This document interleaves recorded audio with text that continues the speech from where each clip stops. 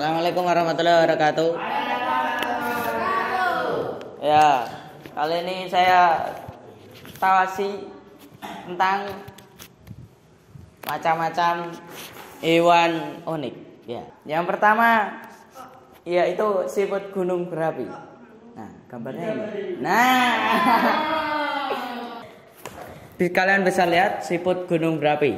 Ilmuwan yang menemukan adalah ilmuwan dari Hong Kong yang menemukan fakta bahwa terdapat satu jenis siput yang hidup di lubang vulkanik. Ya. Terus yang bentuk lapisan kaki dan cangkangnya yang super keras, dan itu cangkang kaki dan cangkang yang keras, dan sisi yang terbuat dari zat-zat penyusun besi yang berfungsi untuk melindungi tubuh dari suhu panas. Nah, itu ditemukan oleh ilmuwan Hong Kong, ditemukan di kedalaman sekitar 2.400 sampai 2.800 meter di Samudra Hindia, yang hidup di gunung berapi bersuhu 750 derajat Celcius. Loh, gambar ini. Nah. Yang kedua, lalat kalajengking. Nah, ini namanya kalajengking, akan tetapi dia tidak kalajengking, namun dia lalat. Dia namanya kalajengking. Dia tidak memiliki racun dan sama sekali tidak berbahaya. Kata kalajengking itu diambil dari itu ekornya. Bukan ekornya sih, alat kelaminnya. Itu buntut, kayak buntut. Nah, itu jadi dinamakan kalajengking. Apa? Kayaknya sama-sama gitu. Iya. Terus nanti kan kayak misal musim kawin itu kayak buntut itu saling nyambung gitu kalau kawin ya itu. Terus itu lalat itu memiliki panjang cuma 25 cm. Kecil 2,5 ya.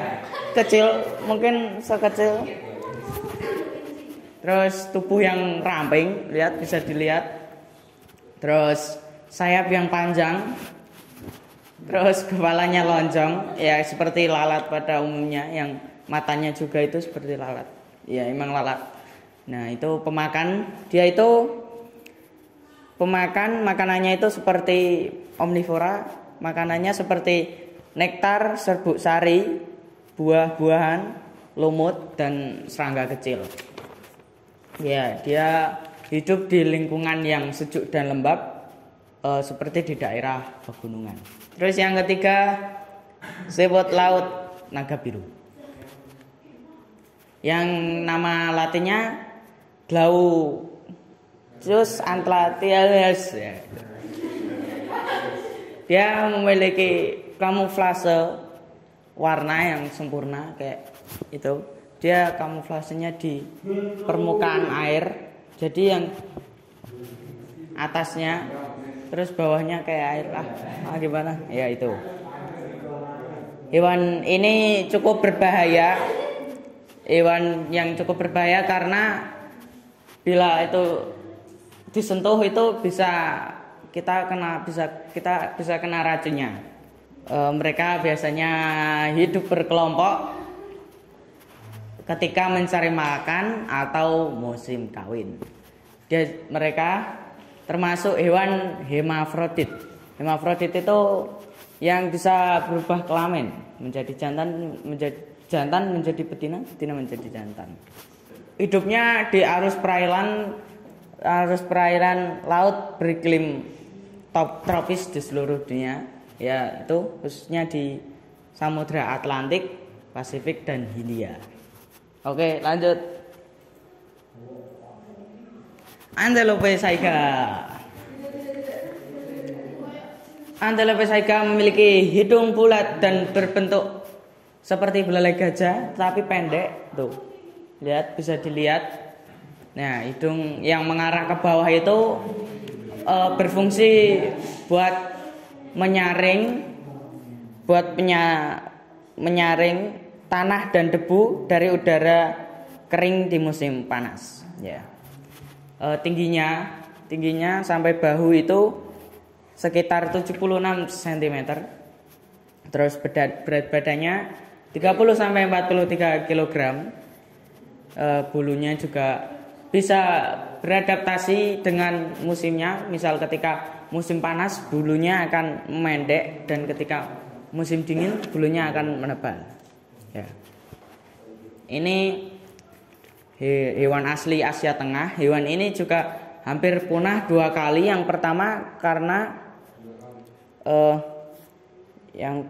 di tahun pada akhir 2009 itu hampir punah karena infeksi hidung oleh bakteri. Dan yang kedua pada akhir 2020, ya intinya 2022 kemarin itu juga hampir punah. Ya sekarang hampir punah karena perburuan manusia, karena untuk diambil tanduknya. Tanduknya kan unik.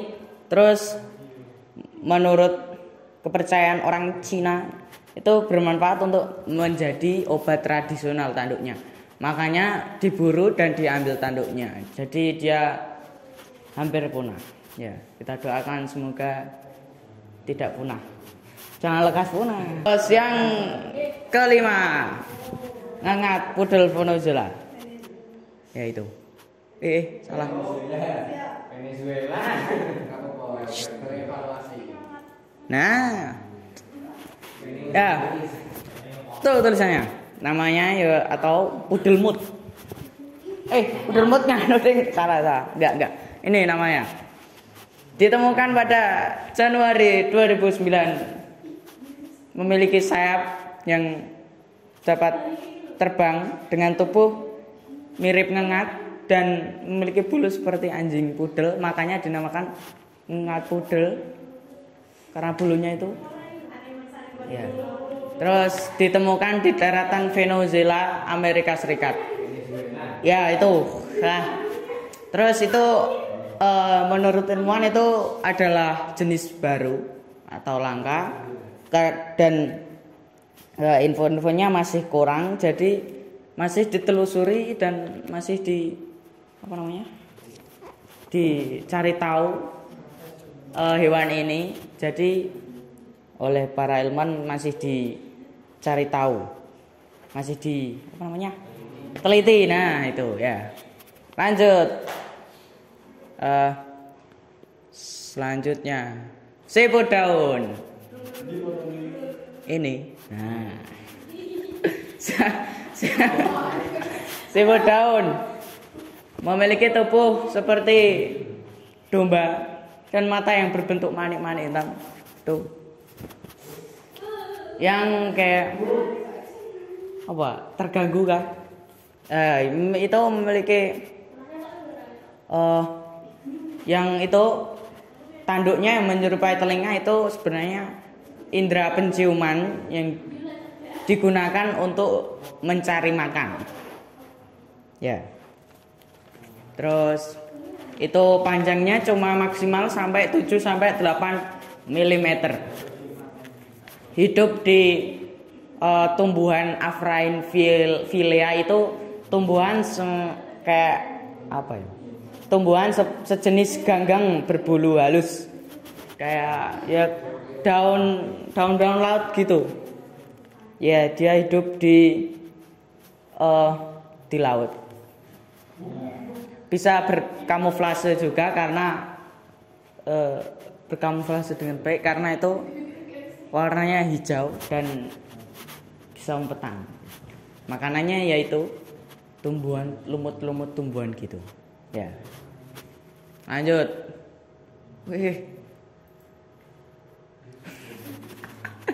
Ya, semut panda. Namanya semut, akan tetapi dia bukan semut. Dia itu sejenis tawon tapi tidak memiliki sayap. Aneh. Ya, dia nama latinnya Euspinolia militaris. Ya, itu dia tawon yang juga memiliki racun atau sengatan yang sangat berbahaya sampai bisa melumpuhkan seekor sapi.